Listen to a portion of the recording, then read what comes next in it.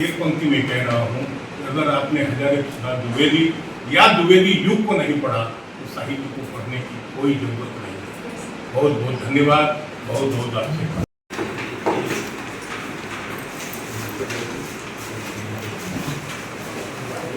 सही सर।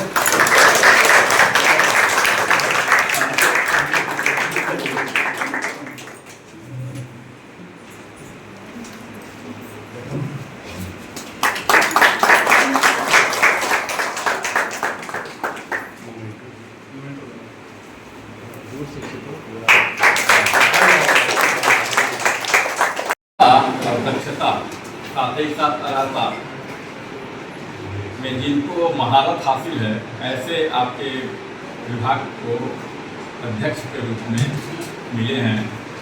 मैं उनके प्रति अपनी का आज चलते हैं डिपार्टमेंट हिंदी, डिपार्टमेंट केमिस्ट्री और 4-5 डिपार्टमेंट, क्योंकि आज क्लास जाने का मन नहीं कर रहा, चलते घूमते हैं।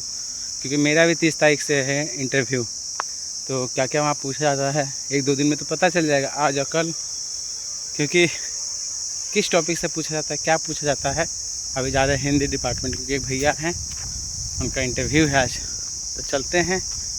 और आपको जेब में दिख रहा है पिंक, तो अंकल का एक डिग्री भी जमा करना है। आज काम थोड़ा सा है, तो आपसे बने रहिए। और पुराना डिग्री है, पुराना डिग्री का वीडियो मैंने बना दिया है और डिस्क्रिप्शन में लिंक मैंने डाल दिया है। जॉइंट में VIP सॉल्यूशन में आपको पूरा प्रोसेस आपको दिख जाएगा। तो आप जो भी पुराने डिग्री वाले हैं उसको देख लीजिए, क्योंकि मुझे पता है पुराने डिग्री वाला उनका कागज़ ही इकट्ठा करते करते हालत खराब हो जाता है 2000 से पहले वालों का, ठीक। क्योंकि उसमें लगभग 10 से 12 कागज़ लगता है। तो चलिए चलते हैं पहले हिंदी डिपार्टमेंट। आज उपस्थित हैं जो राजकीय विश्वविद्यालय के हिंदी विभाग के पूर्व आचार्य एवं अध्यक्ष रहे हैं। ये माननीय इसके अलावा 2-3 और किताबें हैं जो प्रकाशित हो रही हैं। सर इंटरव्यू के लिए यहाँ आए हुए हैं, इसी संदर्भ में हमने ये कार्यक्रम रखा हुआ है। तो अधिक देर न करते हुए मैं विभागाध्यक्ष प्रोफेसर ब्रजेश कुमार राय से आग्रह करूँगा कि वे बुके, मेमेंटो और शाल देकर सर का स्वागत और अभिनंदन करें।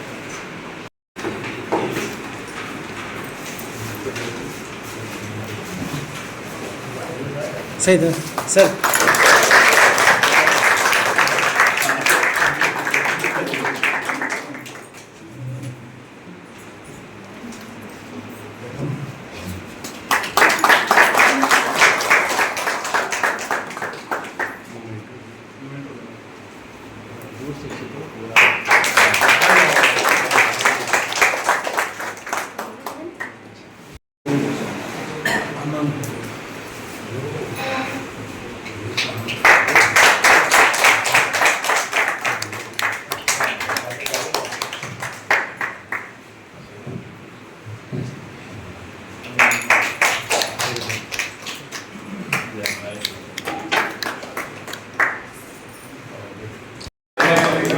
हिंदी के भी और अंग्रेजी में भी कई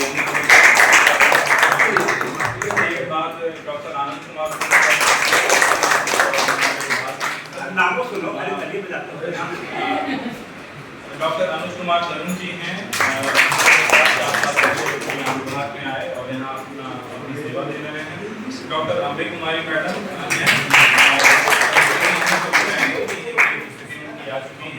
डॉक्टर राकेश कुमार और यहाँ पर अपनी सेवा दे रहे हैं। हम मैं अपने पूज्य गुरुदेव प्रोफेसर विंध्यवासिनी पांडे साहब का हार्दिक अभिनंदन करता हूँ। गुरु जी हमारे हजारी प्रसाद द्विवेदी पर वैसे तो आप सभी लोग जानते हैं, लेकिन उनका विशेष कार्य है। और जो आप समझ अब समय कम होने के कारण मात्र एक लाइन में ही, जब 2 लाइन में हजारी प्रसाद द्विवेदी के बारे में बोलता है। और मैं अब चाहता हूँ कि एक लाइन हमारे वरीय शिक्षक सुनील जी हैं इस विभाग के, वो मंच पर आकर बोलें।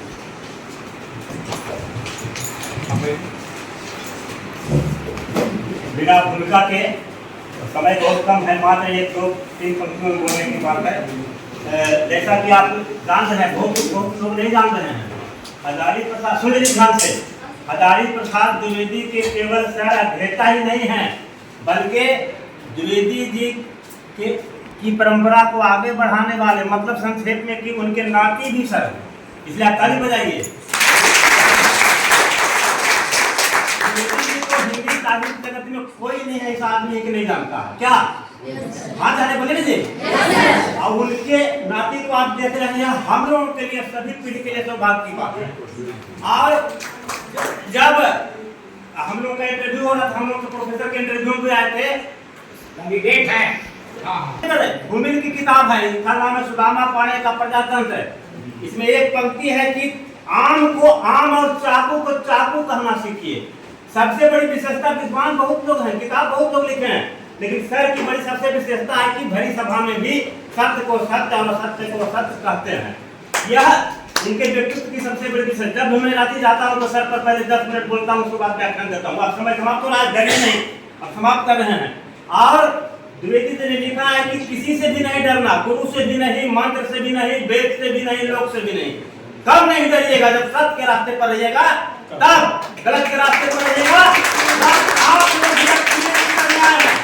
आप सोच करना है। जीवन में व्यावहारिक बातों को उतारिए, आप गलत को गलत, सही को सही। जैसे द्विवेदी जी ने कहा था, जैसे भूमि फल माना जाएगा। इन्हीं शब्दों के साथ मैं सर को बहुत बहुत नमन करता हूँ, बहुत प्रतिष्ठा के साथ अपनी बात समाप्त करता हूँ।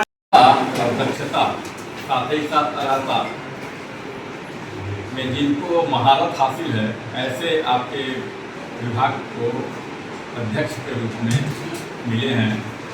मैं उनके प्रति अपनी कृतज्ञता जाहिर करता हूँ। 2 व्यक्ति मेरे पुरातन परिचित हैं, एक तो सुनील जी और ब्रजेश जी।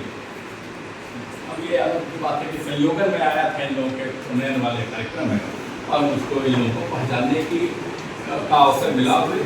दोनों इसलिए मुझको प्रिय लगे क्योंकि ब्रजेश जी का कार्य यह मगध का क्षेत्र है और मगही पर ही काम इनका है, शोध का, और वही पुस्तक सबसे ऊपर रखी हुई थी।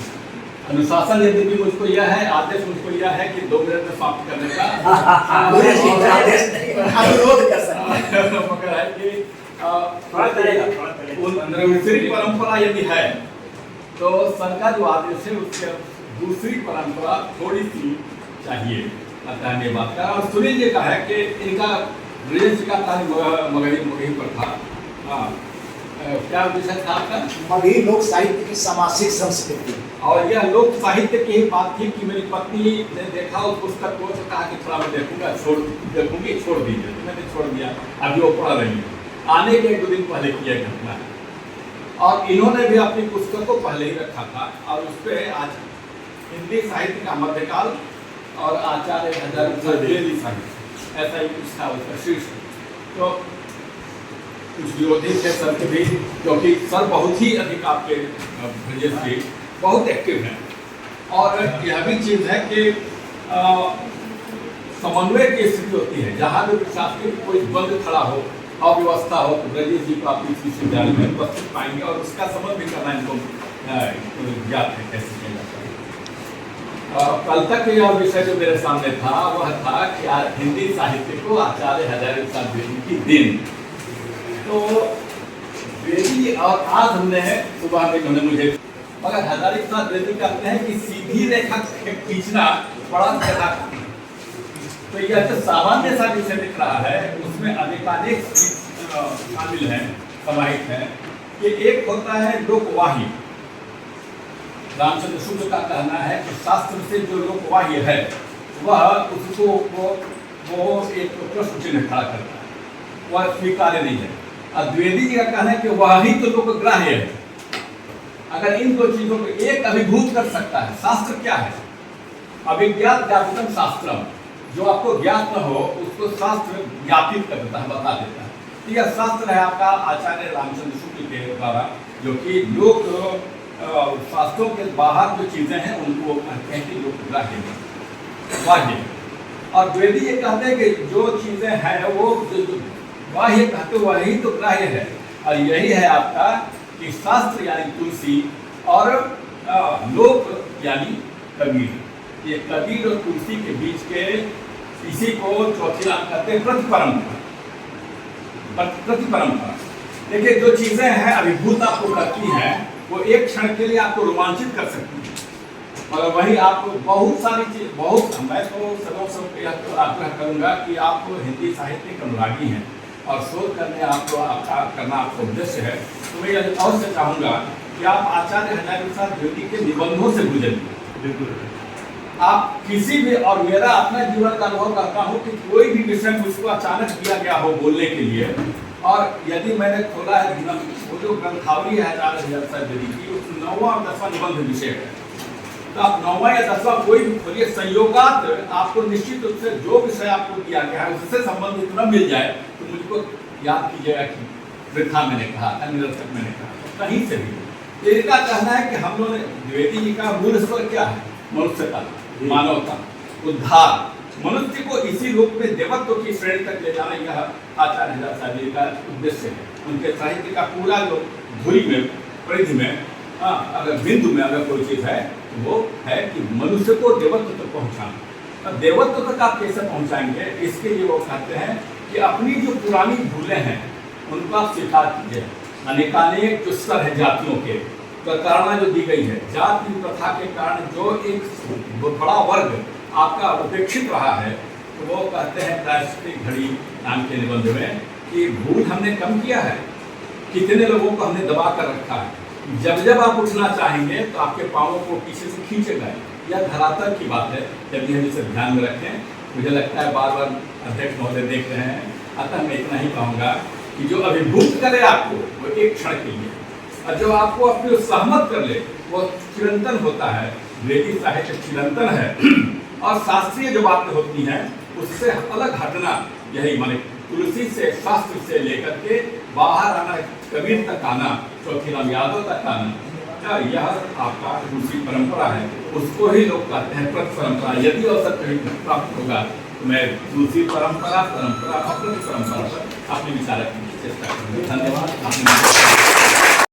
भी आचार्य हजारी प्रसाद द्विवेदी केंद्र में है, और चौथीराम जी ने जैसा कहा कि प्रति परंपरा के नायक रहे हैं। अब मैं डॉक्टर आनंद कुमार सिंह जी को मंच पर आमंत्रित करना चाहूँगा कि वे आभार ज्ञापित करते हुए कार्यक्रम की समाप्ति करें। बहुत धन्यवाद आप लोगों का। आप लोग जिस मुकाम की तरफ बढ़ रहे हैं उसमें मेरी सारी शुभकामनाएं आपके साथ है।